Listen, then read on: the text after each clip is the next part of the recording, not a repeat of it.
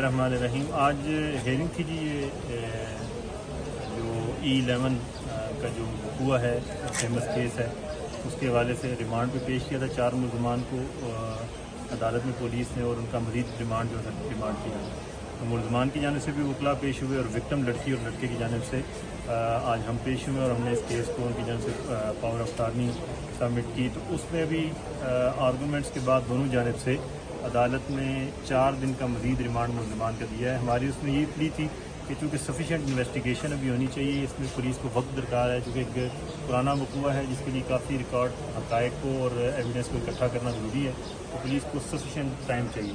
तो sufficient time के लिए अदालत ने हमारी प्ली को मद्देनज़र रखते हुए, हमारी दरख्वास्त को मद्देनज़र रखते हुए, पुलिस की दरख्वास्त जो थी बेसिकली उसको मद्देनज़र रखते हुए पुलिस ऑनरेबल कोर्ट ने 4 दिन का मज़ीद रिमांड दिया है इन मुल्ज़मान का, और 4 दिन के बाद इनको दोबारा अदालत में पेश किया जाएगा।